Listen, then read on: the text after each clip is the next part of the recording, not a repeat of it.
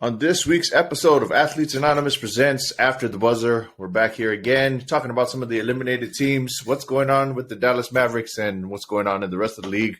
Let's get to that intro music.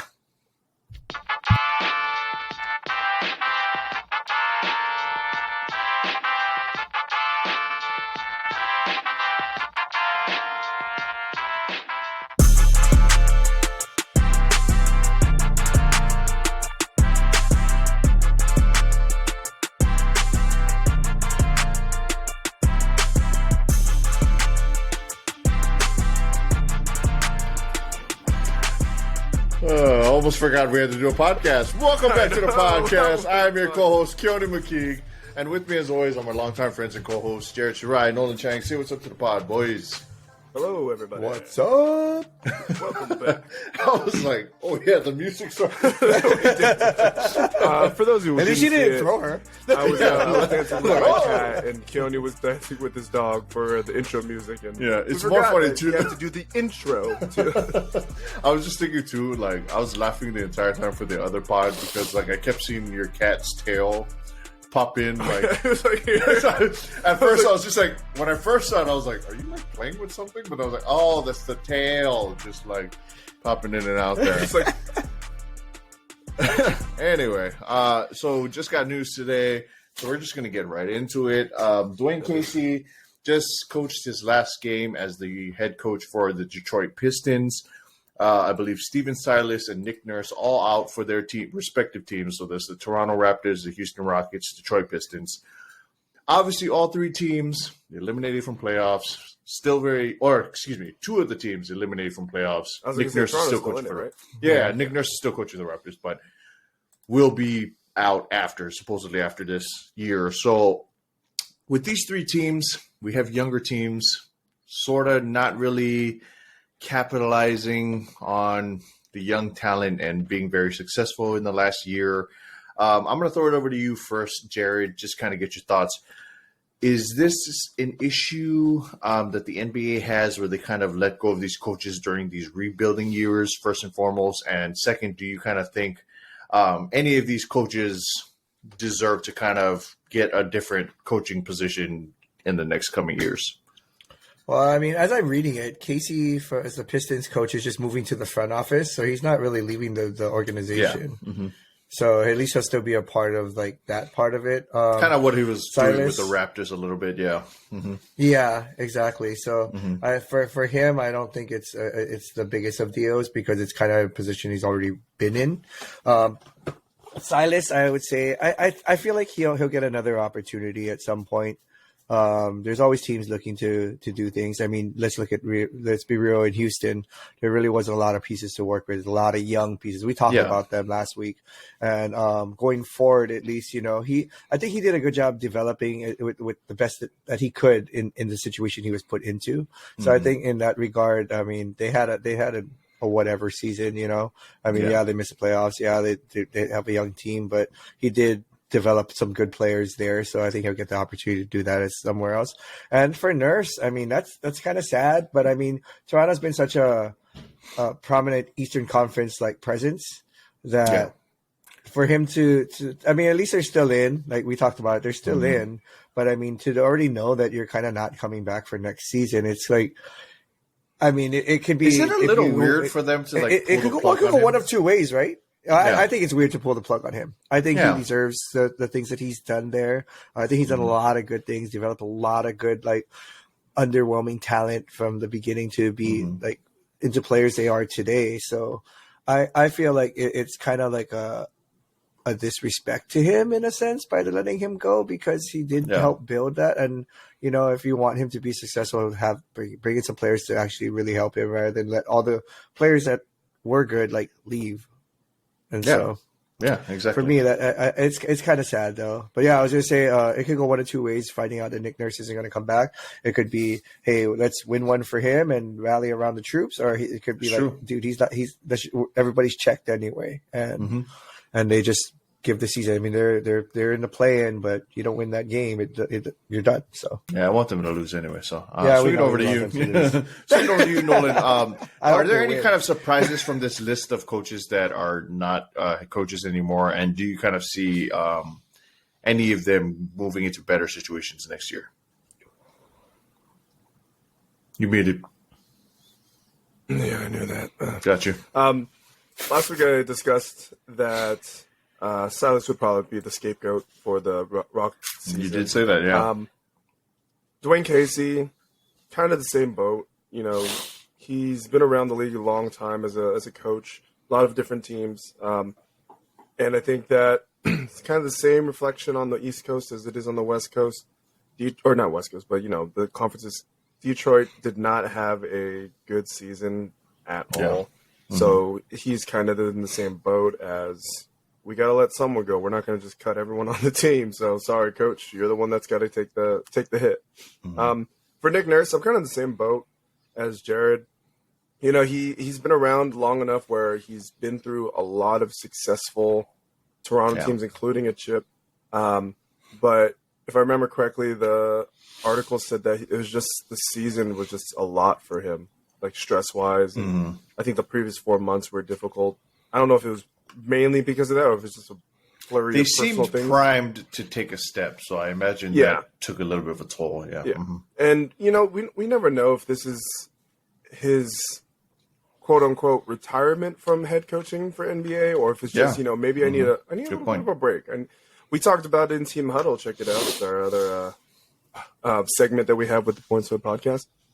Sometimes you need to know when it's time to step down from a program or move on. If it's because you overall, especially coaching, is not exactly the least stressful job in the world. So you're going to have these years or these games or these weeks, months that you're just frazzled the whole time where nothing seems to be going right and you feel like it's a big old hole that you just can't dig yourself out of. So I think that Nick Nurse, if he does need to step away because it is more of too much stress on him, then I have no issue with that. I think that's a very honorable reason to ask to take a step down for the next. I'm going to play a little bit of devil's advocate because there's a rumor out there about who will replace him. Do you the rumor that would be pretty funny, but the rumored replacement is actually Ime Udoka, former head coach of the Boston Celtics. So what do you kind of see? Do you think that's a good fit for their team going forward if it does end up being true? Yes. Weird drama outside. It's just coaching from the purely coaching standpoint. But you have to also take a look at what's leaving the team or who's returning because there's always been these rumors. Fifth Man Fleet's on the chopping block. These other guys, role guys, aren't stepping up. They have no identity of who their real center is going to be. It's always flipping between game to game, week to week. So you have a new coach that comes in, Udoka, who did a phenomenal job with his first year with the Celtics. I would expect he would be able to kind of corral those guys in Toronto. But that roster is not the Celtics. So it is, I think, very predicated on who is coming back, who are they pulling in, and what kind of, I guess you could say, long-term goal that they're having or process. Check out Team Huddle. But yeah, not a bad pick for a coach at all. It really is going to depend on the clientele that he's working with.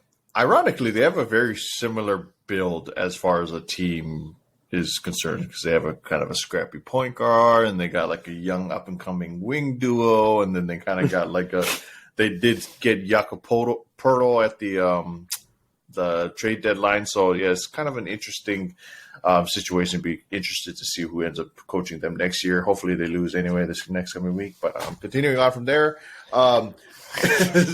Jared, I'm gonna throw it over to you because obviously we kind of had multiple talks about this team prior, and I know we're gonna get into a little bit later about kind of highlights, lowlights for the team as far as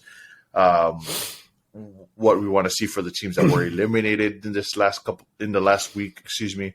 But the Dallas Mavericks, I mean, we have to keep bringing it up. Obviously, we kind of saw what happened with this last game. So your kind of reactions to them kind of only playing Luka for the first quarter and then kind of what you see as far as your reaction to the teams being that team being eliminated now after having such high hopes for this year.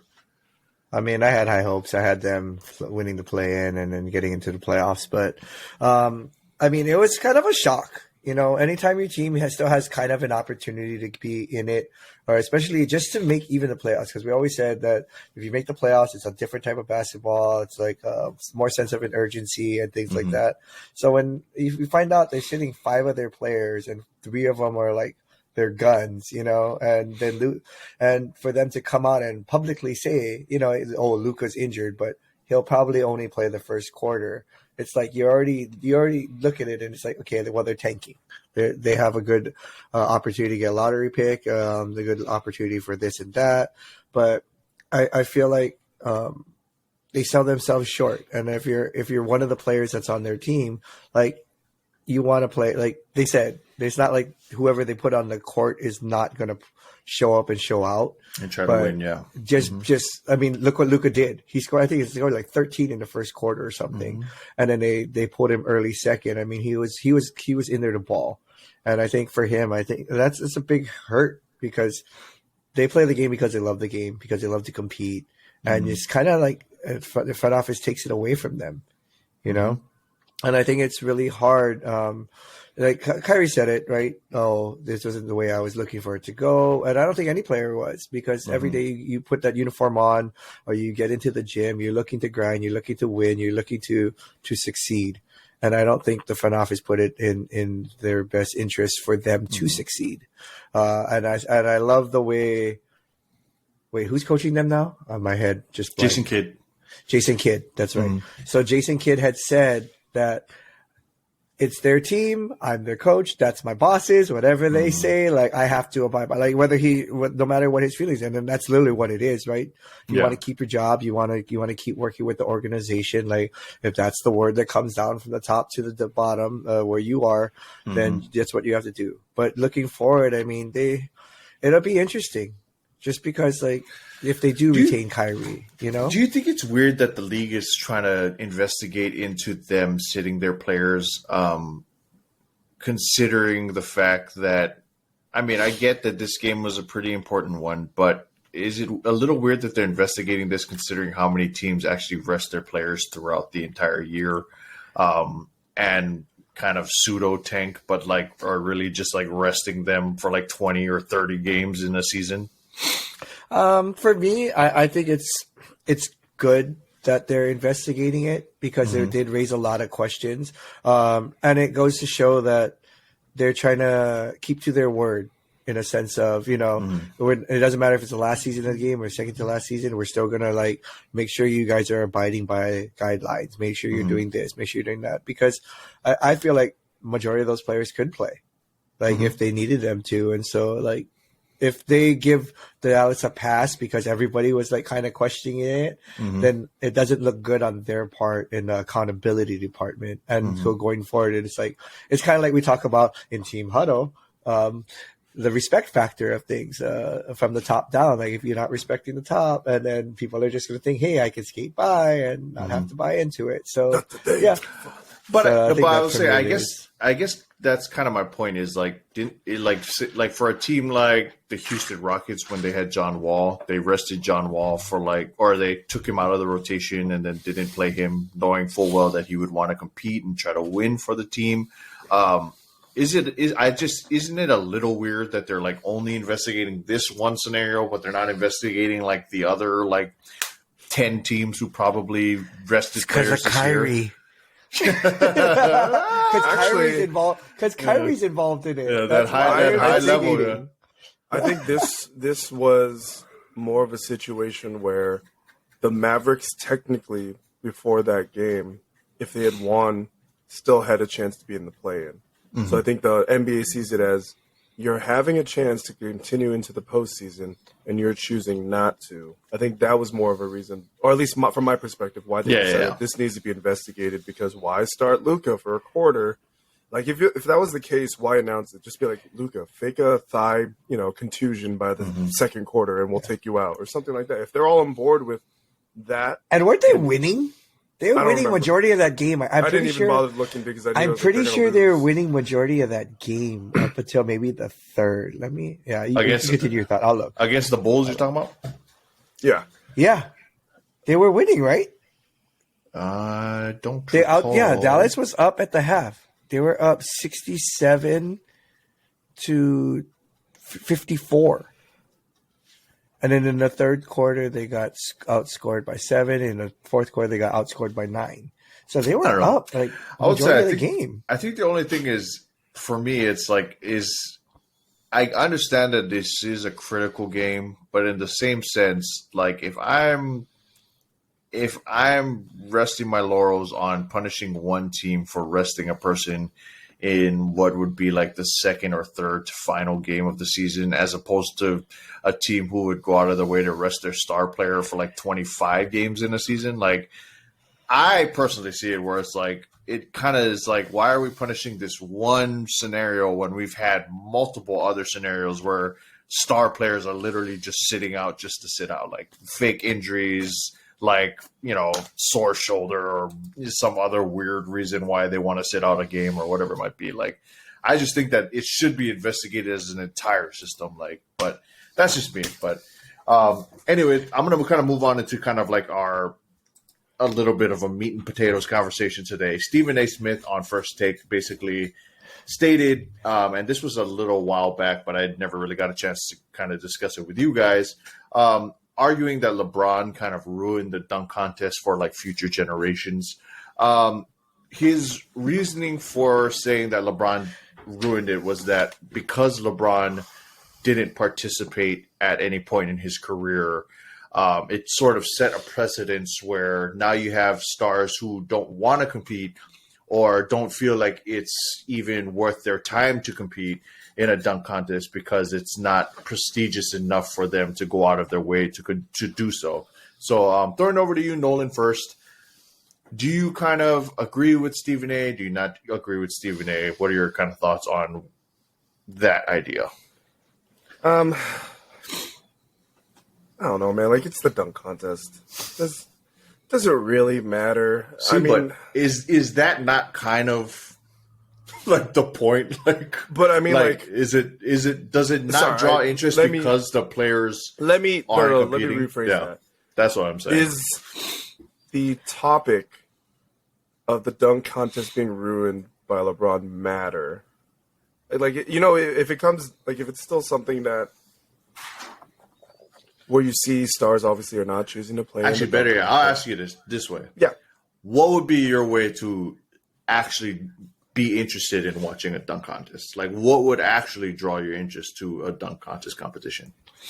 To me, it's either returning guys who I know have done fantastic in the dunk contest, or like Levine and Gordon. Yeah. Just starting and watching the dunk contest and being invested. I mean, for the most part, I feel like when I watch the dunk contest, if the first round isn't going to catch me, then I'll walk out of the room and, cook food or something else, right? Yeah. Because you never know what you're going to find. We knew damn well that Levine was a great dunker, but what he showed in the dunk contest elevated that. And you see a lot of these players. We knew Aaron Gordon was a great dunker, but when you saw him in the dunk contest, it elevated that. And you get all these guys.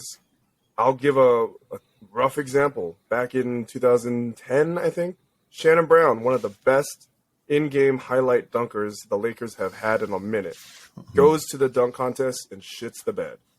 I don't think name or who they are during the season really catches my eye for a dunk contest unless I'm already starting to watch it or if I know I've seen them do the dunk contest before, because half the time some guys step up the plate, some of them don't. Paul George, when he did his first dunk contest, it was cool, but they brought so many props into it, it took me out of it. And I just hated watching that year's dunk contest. Let me turn out all the lights. My ball is glow in the dark and my jersey is glow in the dark and I can dunk the ball.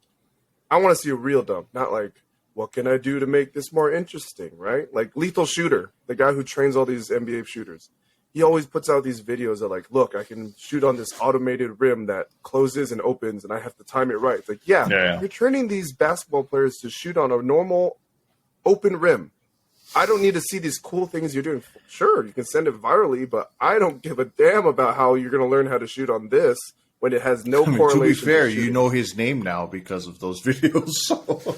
I'm not going to like, discredit that, yeah. but I was like, it's I like, he so- got your attention somehow. So clearly, he's a person you know now. like, show me something cool. Like if I see, like, I don't mind props being in it, but don't make the prop 80% of what your dunk is. So I think Stephen A's statements, it's fair, I guess you could say, because, you know, there's this one prolific dunker in the NBA who guaranteed would bring in more viewership for the dunk contest. Mm-hmm. But that means, like, you're demanding something of a player that is not like something he's required to do. If he doesn't want to go do the dunk contest, then why bother? I mean, LeBron's a great in-game dunker, but I've never seen him do trick dunks. Like, what makes you think he's going to be any different for this dunk contest? So I think it's You've never seen him do trick dunks? No, you know what I mean? Yeah, I think it's a little bit of a scapegoat statement. I don't know if this is more, I need something to talk about today, and I'm going to use this, or, you know, if the GOAT conversation comes up, well, he never did the dunk contest, and that's, you know, he ruined the game for the dunk contest as well, blah, blah. It's whatever. He's open to that opinion. I just really don't care about that topic. I think his point was more pointed at kind of a younger generation of guys who probably could just do it and really don't have any reason not to do it. I mean, for a lot of the guys, like, I think the ones he was pointing to specifically were like Ja Morant and Zion Williamson, who, like, both aren't necessarily yet at that upper echelon of, like, competing for championships yearly. But they could, you know, take some time out of their day. I think that's who he was more aiming at. But I'm throwing over to you, Jared. What are your kind of thoughts on that idea? Not necessarily that it was, even though that was the name he dropped, was LeBron James, but the idea that stars don't want to compete in these all-star games. Like, if the stars aren't into actually competing in them, should we as an audience even care about these events if the guys who we want to see in the events aren't actually in them? I mean, it's hard to say. It's an all-star weekend. You want to just have fun while you're out there.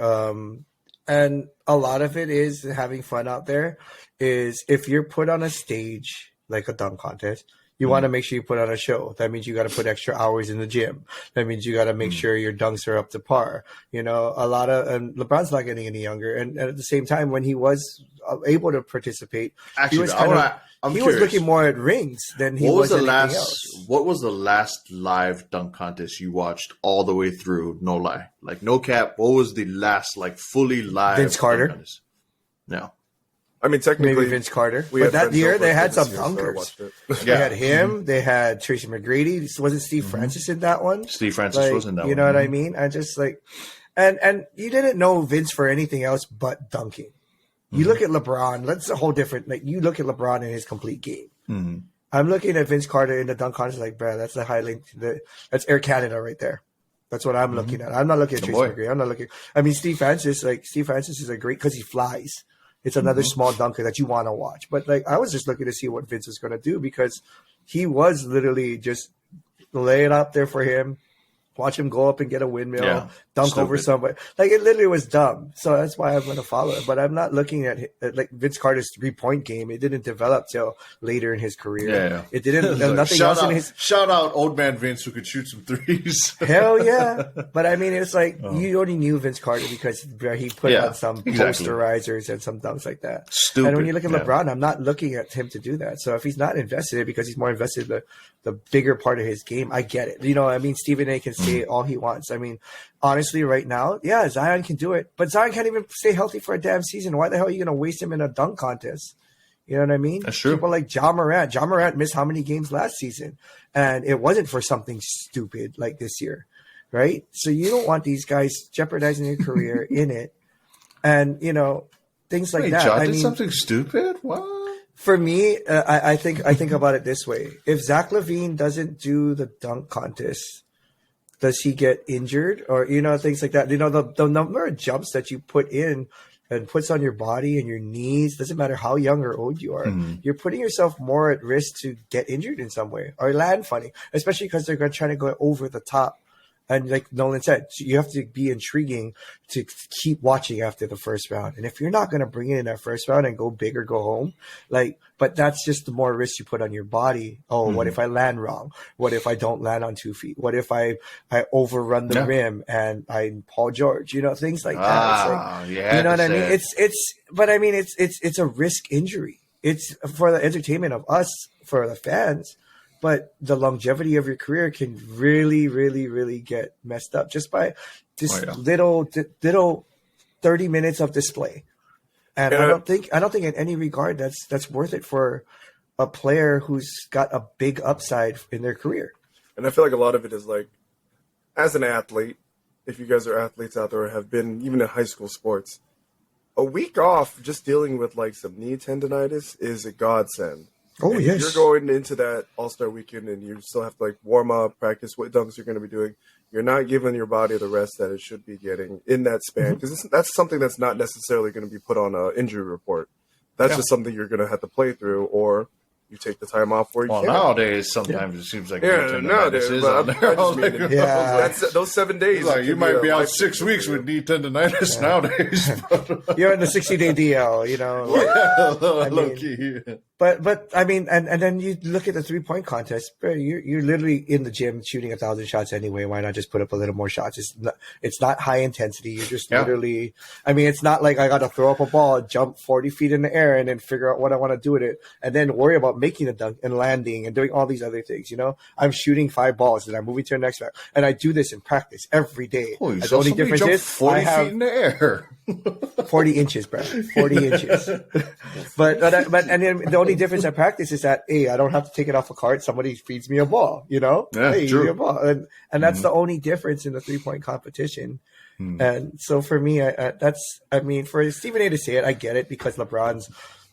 You always he's always under the microscope with something he does or he doesn't do in this case.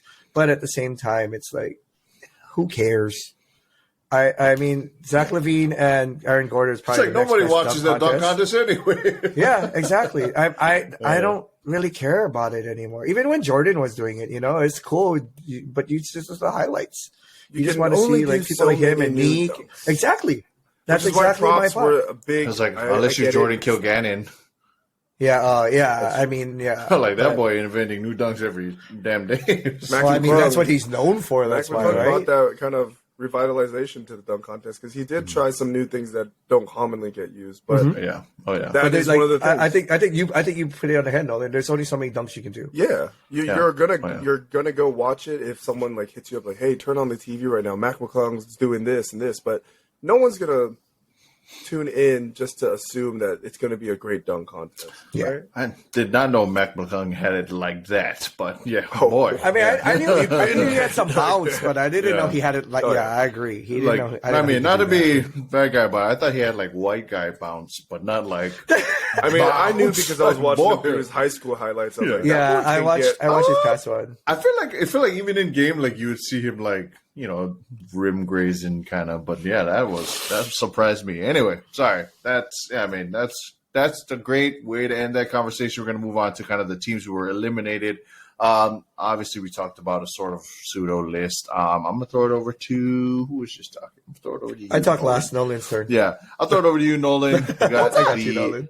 We got the Utah Jazz, who were officially eliminated from playoffs. Highlights and lowlights for this team going into the offseason. Me and Jared were in the same boat. Both the teams we thought were going to sneak back into the play-in. Both didn't make the play-in. I thought so too, man. Utah Jazz, we've discussed multiple times. They have all these picks and assets. They're going to be just fine highlight-wise. They have Lauri Markkanen, who I think not only did he have a great season, but I think he's happy being in Utah, which is cool. I think if they do make the right movements and if history serves, even though they've never completed the mission, Utah Jazz does a great job of building their teams. You've seen it all the way back from Stockton Malone, all the way to Darren Williams, and who is his number 2? Derek Tony Allen. Favors. No, not Tony Allen. It was Derek Favors, Carlos Boozer. Boozer, yeah. Him and Boozer were doing well back in like the earlier 2000s. So I know Utah Jazz, especially with Rudy Gobert and Donovan Mitchell, they have these teams Damn, that can Darren Williams. Yeah. What happened with that guy? It was Anyway, smooth. Anyway, but, yeah, I think that they're going to be just fine, and because Remember when the convo was whether or not Darren Williams or CP3 was the best point guard in the NBA? Yep. Whew. boy, times change. Yeah, I was like, then he went to Brooklyn. Oh boy. Anyway, sorry. No, you're good. Danny Ainge's doing a good job over there. Depending on what they decide to do with Jordan Clarkson, Colin Sexton, they're going to do some good movement this offseason, whether that is offloading some picks to get another trade going, or if it is to utilize those picks because they do see something special.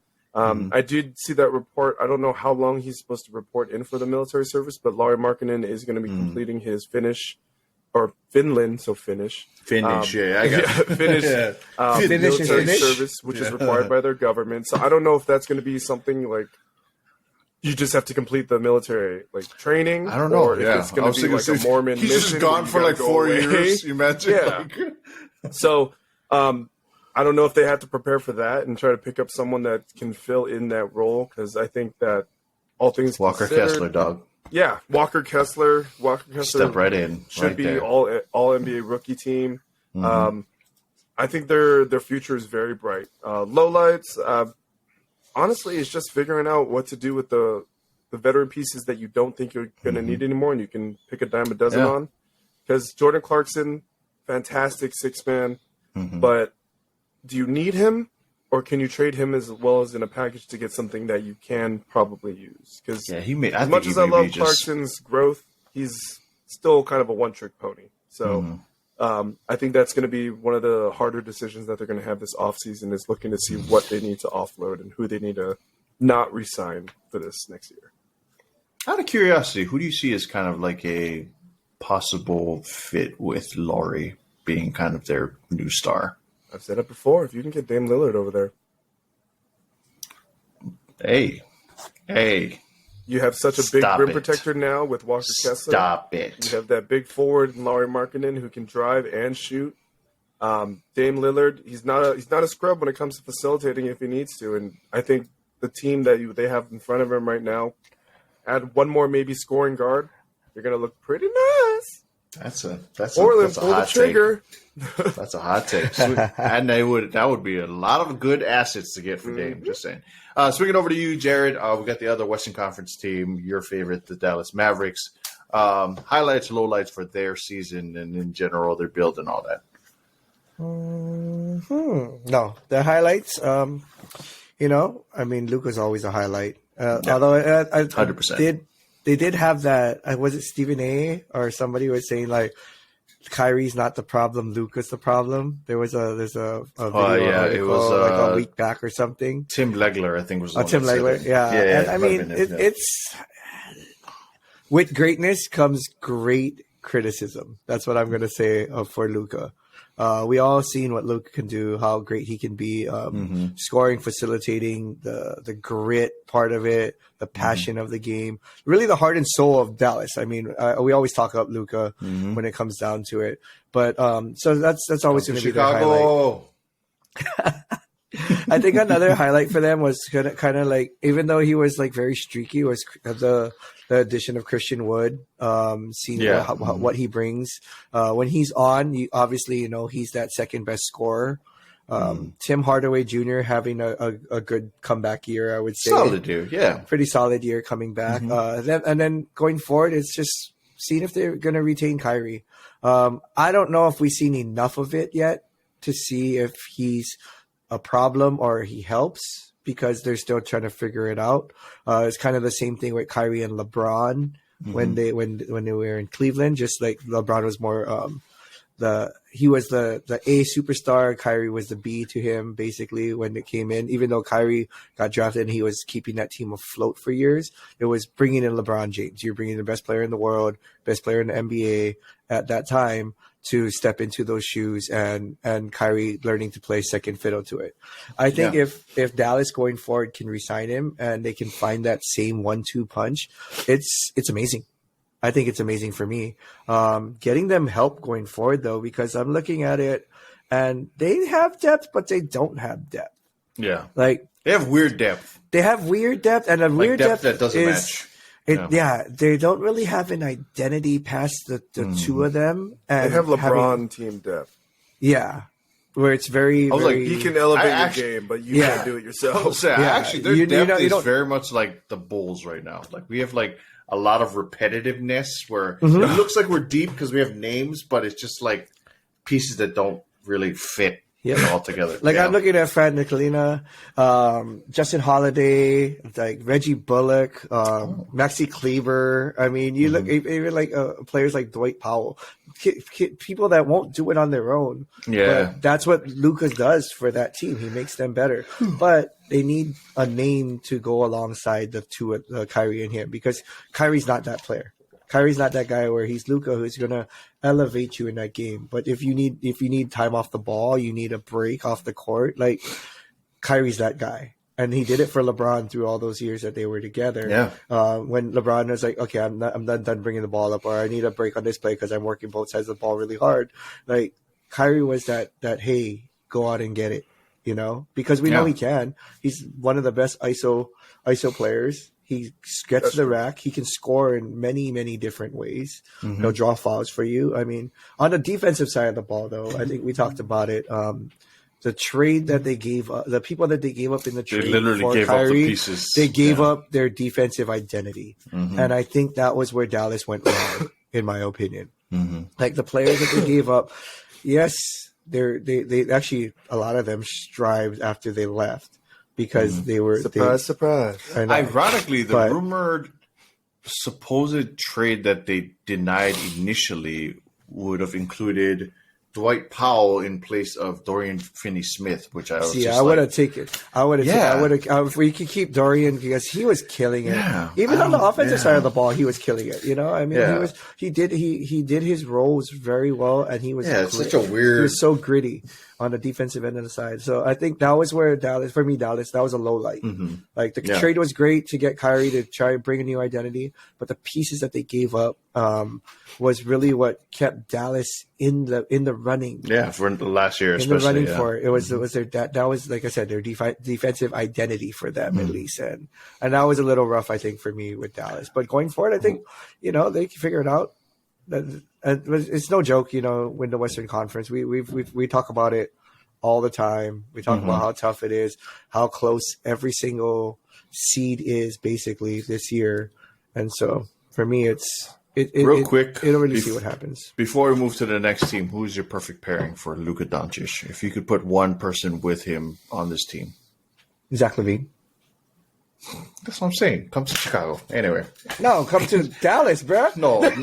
Just come to Chicago. Luka, Perfect. They're not gonna let Luka Exactly. go, and that's Jared just made my They're not point. gonna We're trading let for Luka Luka. go, yeah, what are you gonna trade though? Lonzo Ball. Here we go. Moving on to you, John Nolan. Wall.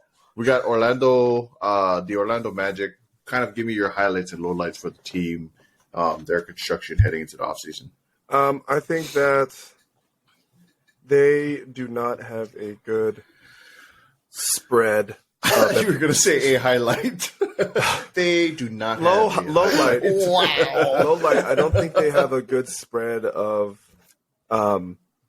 size-wise diversifying their lineups. You got Suggs, not Carmelo. It's like Cole literally Anthony. guards, Yeah. centers. Like Paolo Banchero, phenomenal this season as a rookie. Yeah. You have Bol, who they underutilize, but I kind of understand why. But he is a quick 15 to 18-minute threat when he is on the court, which is fantastic for him. You have people like Franz Wagner as well as his brother Mo Wagner. So I think that overall, they need to offload a lot of these guys because they are worthwhile. Fultz is coming into his own once again. Fantastic. I'm so glad he's kind of found his resurgence. But that means you can also offset people like Suggs, Cole Anthony. Then when it comes to the big man, you have a great big in Paolo Banchero. Start getting rid of Mo Wagner. You could probably trade Bol, send him off somewhere again, and get guys who will actually kind of fit with their lineup. They don't have an identity. It seems like a common theme for all these teams that are being bounced out of playoff berth. But I think that they they could have something going because they do have a very youthful team, but they need something that can really kind of corral them in the right direction. Highlight-wise, like I said, young team. They have a very promising future if they're utilized correctly. I don't know necessarily who they're planning to get rid of this offseason, but at this point, outside of maybe Paolo, you could get rid of a lot of them, and I don't think it would really make anything worse. I really hope that they don't end up being the winners of the lottery of Victor Wembanyama. I'm not gonna lie. That honestly would be kind of a waste of a spot for him. I mean, if you get Victor Wembanyama, you could probably entice teams to trade you a lot of the core pieces to get better surrounding pieces for Victor. That's true. So we'll see. I just think that they need to get a little more size. I know it's a guard game nowadays, but get a little more size. Looking at that team, just in all encompassing, who do you see as kind of who's a guy you think you could get on that team that could kind of corral that young group? A guy that could corral that young group. Like you're bringing in that one vet piece. Who is it? Who's that guy? Honestly, if for some reason they did it, he wouldn't be like a big minutes man, but if they sent Draymond Green over there, I think he would do a great job of, even if it's just to kind of get them a little more veteran skill, I think he would be a pretty good person to kind of help kind of lead their future for a bit.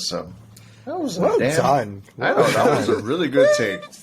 Well done, my boy. That was a perfect take. I'm going to slide it over to you now, Jared.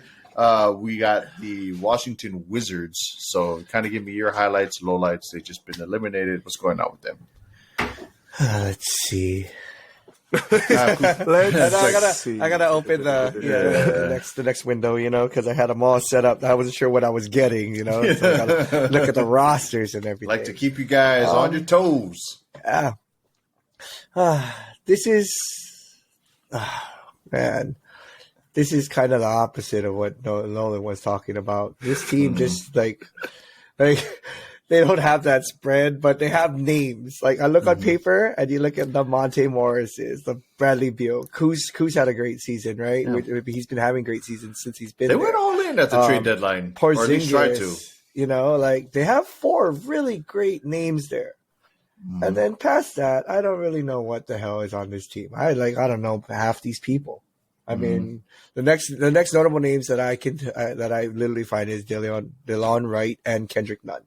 After that, I would say they need to get a big. I need to say they need to get little more depth into this lineup, whether it's good or bad. It doesn't look like with Dallas, you kind of knew like we said, you knew the names. You had a facility who made them better.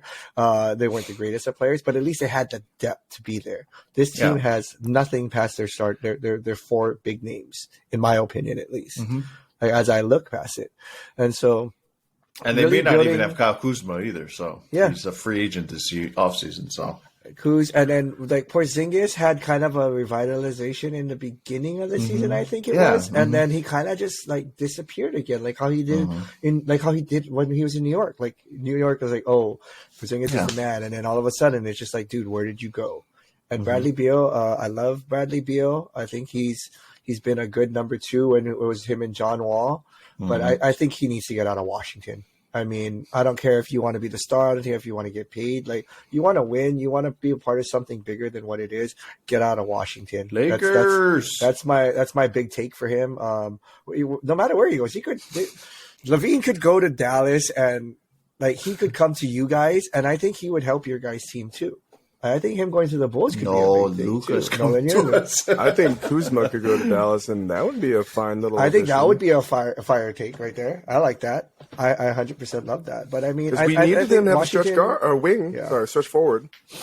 But I do think Washington just needs to really, really re-identify themselves. Find a brand new identity. Do you have it? I mean, when they had Wall, Beal, Gortat, that was Morris. No, I mean but you have the 1, 2, 3s right there. Otto Porter, good. Yeah, they had Otto Porter, and that's when Otto was making kind of making waves for himself. I would say, right?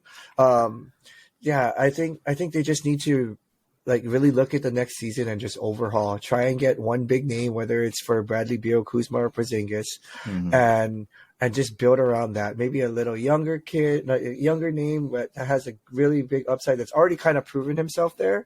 Yeah. And just build from there, because right now everything they've done in the last so many years has not worked with the players that they really think like everybody thought Porzingis was the next big thing. Everybody thought that Bradley Beal was going to be the next big thing after John Wall.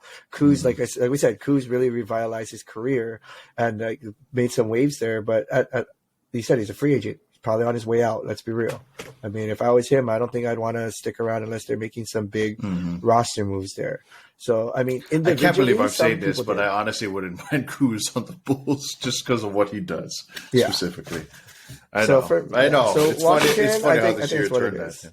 Yeah, Washington, I mean, like I said, past the Big Four, they just need to really find something to go. And I think players have to go in order for them to be better. Like, even if they're just trading one piece for four players, like just bringing in something new, getting a new look, getting a new kids into the system to trust the process and work their way through it. And that's probably going to be the best for them to build an identity, not have people who are already there, who are already stuck in their ways, saying this is how we've been doing it in Washington. Well, obviously it hasn't been working. So why do we want to keep beating a dead horse? You know what I mean? So for me, that's kind of where it is for Washington, in my opinion. Yeah, we only beat live horses. So Nolan, the Indiana Pacers, what do you think about them? Highlights and lowlights? Honestly, the Pacers were one of those teams that they have this team that's consistently nowadays in the middle of the pack, but just outside of playoff berth. Probably most likely thought they had a chance this year. Yeah, I mean, I think just because the East was a little bit of a stronger side conference-wise, I think that they just kind of get pushed out with all these other teams that were scavenging for those last wins. But I think they need to get some bigger contributors to the game. They're still kind of in that, I would say magic, I guess, kind of way where they have these kind of role guys who are getting way more minutes and can score and do some good things here and there for the purpose of the now, but not long term. It doesn't really kind of help the system that they should be kind of running. You have a fantastic all-star point guard in Tyrese Halliburton now. Depending on if they decide to stick with Hield and Turner, you're going to have at least a good outside perimeter shooting team as well as a big inside presence, healthy as long as they're healthy. But outside of that, they don't really have anybody. They have these young guys like Nembhard, Maladin, O'Shea Brissett, I think Isaiah Jackson. I know TJ McConnell. Isaiah Jackson. Yeah, Chris Duarte. All these guys who, in their own right, are great role guys. But you have a team full of role guys, you don't really have a really good leader. It's a lot of G-leaguers. Yeah, basically. Tyrese can be that leader, but you're going to need at least someone else. I mean, Buddy Hield has been around, but his game is predicated just on shooting. Miles Turner, he's a great inside guy. His blocks are there, but his health is always an issue. So when it comes down to it, you're going to need some guys who can at least play game in, game out, be there for your team, as well as being a leader. George Hill. George Hill, yeah, he came back. How many times do they need to keep bringing that guy back? For real. Daniel Theis. Oh yeah, they have Theis too. Theis, yeah. Yeah, I don't know what they're. I always mispronounce his last name. Yeah. Theis. I don't know what their asset breakdown is. So I don't know what their offseason really is going to look like. I don't know necessarily if any of these guys are really have value in trade outside of adding picks to the packages. So it's going to be difficult to see. Overall, I think highlight-wise, you still have a few core guys that whether or not you're going to trade any of them off, you still have the other two that are an appealing idea to have on your roster with the new guys coming in. So we'll see. Yeah. It'll definitely be an interesting offseason for all of these teams. It's funny because I was like, the further we went, the sadder it kind of sounded for a lot Indiana. of them. But sorry, Washington. I was like, the last two teams were really, really sad. But I think that'll do it for our conversation this week on Athletes Anonymous Presents After the Buzzer. So that was a perfect breakdown of the teams. We'll continue doing this as the weeks go on with the play-in happening, and we're going to see what teams are still left playing. So, Jared, where can the people find you? I will be on Instagram and Twitch at jshirai, JSHIRAI, and on Twitter at jshirai808. Raja. And Nolan, where can the people find you? You guys can find me on Instagram, Twitter, and Twitch at NolanKYT, and also give our Instagram a follow, the Poi and Soy Podcast. Yes, sir. And you can find me on Instagram, Twitter, and Twitch at KOHKNEE. That's KAYOHKNEE. And if you're a fan of any of the teams we just talked about, I'm sorry. Sorry. Sorry, guys. It got pretty depressing in here Let's for go a little next bit. year. A little sad. Just a little Or the sad. next 5 years. But anyway, that'll do it for us here on Athletes Anonymous Presents After the Buzzer. As always, it's been a pleasure. It's been a joy from all of us here. Point Soy. Good vibes and love, everybody. Bang, bang. Shoots.